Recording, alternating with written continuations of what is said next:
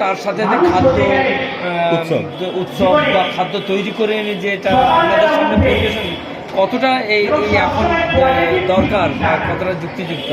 আমি শিমুলিয়া চন্দ্রমাতা কেন্দ্রীয় বিদ্যাপীঠের ভারপ্রাপ্ত প্রধান শিক্ষক হিসেবে বলছি যে আমাদের ছাত্রদের যে ক্রিয়েটিভিটি, সেই ক্রিয়েটিভিটির যে প্রকাশ যাতে পায় আর কি, সেই জন্য তারা যে আর্টস অ্যান্ড সায়েন্স এক্সিবিশন করেছে সেটা তারা নিজেদের উদ্ভাবনী শক্তির প্রয়োগের ফলে করেছে।